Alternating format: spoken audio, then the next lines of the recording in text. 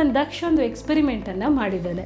ಅಂದರೆ ಒಂದು ನೇಲನ್ನು ಇಟ್ಟು ಅದರ ಮೇಲೆ ಉಳಿದ ನೇಲ್ಗಳನ್ನು ನೀವು ಬ್ಯಾಲೆನ್ಸ್ ಮಾಡಬೇಕು. ಫಸ್ಟಿಗೆ ಕೇಳಿದಾಗ ಅನಿಸುತ್ತೆ ಅದು ಹೆಂಗಪ್ಪ ಸಾಧ್ಯ ಅಂತ. ಇದು ಯಾಕೆ ಮಾಡೋಕ್ಕಾಯಿತು ಅಂದರೆ ಈ ನೇಲ್ಗಳನ್ನು ನಾವು ಹೇಗೆ ಜೋಡಿಸಿದ್ದೀವಿ ಅನ್ನೋದು. ಈ ಕಡೆಗೆ ನಾವು 4 ಇಟ್ಟರೆ ಆ ಕಡೆನೂ ನಾವು ಅಷ್ಟೇ ಇಡಬೇಕು, ಹಾಗೆ ಒಂದು ರೈಟ್ಗಿದ್ರೆ ಒಂದು ಲೆಫ್ಟಿಗೆ ಇರಲೇಬೇಕು. ಸೊ ಆ ರೀತಿ ಮಾಡೋದ್ರಿಂದ ಒಂದು ಪಾಯಿಂಟಲ್ಲಿ ನಾವು ಬ್ಯಾಲೆನ್ಸ್ ಮಾಡೋಕ್ಕೆ ಸಾಧ್ಯ ಆಗುತ್ತೆ. ಹಾಗಿದ್ದರೆ ಈ ಥರ ನೀವು ಆಟ ಆಡೋವಾಗಲೂ ಕೂಡ ನೋಡಿರ್ಬೋದು, ಒಂದು ಪಾಯಿಂಟಲ್ಲಿ ಬ್ಯಾಲೆನ್ಸ್ ಆಗುತ್ತೆ. ಈ ಎಲ್ಲ ಪಾಯಿಂಟ್ ಯಾವುದು ಅಂತ ಹೇಳಿದರೆ ಅದನ್ನೇ ಸೆಂಟರ್ ಆಫ್ ಮಾಸ್ ಅಥವಾ ದ್ರವ್ಯರಾಶಿ ಕೇಂದ್ರ ಅಂತ ಹೇಳ್ತೀವಿ. ಅದರ ಆ್ಯಕ್ಚುವಲ್ ಡೆಫಿನೇಷನ್ಗಳಿಗೆ ಹೋಗೋದು ಬೇಡ, ಅದನ್ನು ಹೇಗೆ ಅರ್ಥ ಮಾಡ್ಕೊಳ್ಬೋದು, ಅದನ್ನು ಜೀವನದಲ್ಲಿ ಹೇಗೆ ಅಳವಡಿಸ್ಕೊಳ್ಬೋದು ಅನ್ನೋದನ್ನು ತಿಳಿಸ್ತೀನಿ.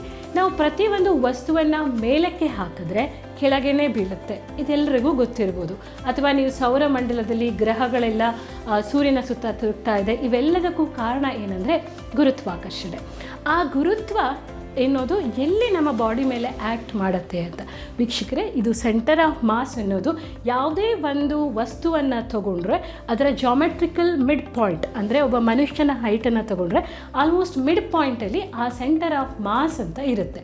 ಭೂಮಿಯ ಗುರುತ್ವ ಎಲ್ಲಿ ಆ್ಯಕ್ಟ್ ಮಾಡುತ್ತೆ ಅಂತ ಹೇಳಿದ್ರೆ ಈ ಪಾಯಿಂಟ್ ಮೇಲೆ ಆ್ಯಕ್ಟ್ ಮಾಡುತ್ತೆ.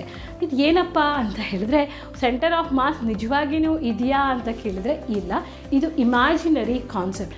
ಒಂದು ವಸ್ತುವನ್ನು ನೀವು ಬ್ಯಾಲೆನ್ಸ್ ಮಾಡಬೇಕು ಅಂತ ಹೇಳಿದರೆ ಆ ಸೆಂಟರ್ ಆಫ್ ಮಾಸ್ ಅನ್ನೋ ಪಾಯಿಂಟಲ್ಲಿ ಇಟ್ಟರೆ ಮಾತ್ರ ಬ್ಯಾಲೆನ್ಸ್ ಆಗುತ್ತೆ.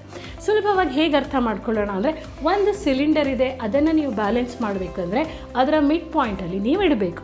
ಒಂದು ಟ್ರಯಾಂಗಲ್ ಇದ್ದರೆ ಬ್ಯಾಲೆನ್ಸ್ ಮಾಡಬೇಕಂದ್ರೆ ಟ್ರಯಾಂಗಲಿನ ಸೆಂಟ್ರಾಯ್ಡಲ್ಲಿ ಇಡಬೇಕು. ಸರ್ಕ್ಯುಲರ್ ಶೇಪ್ ಆಗಿದ್ದರೆ ಸರ್ಕಲಿನ ಸೆಂಟರಲ್ಲಿ ಇಡಬೇಕು.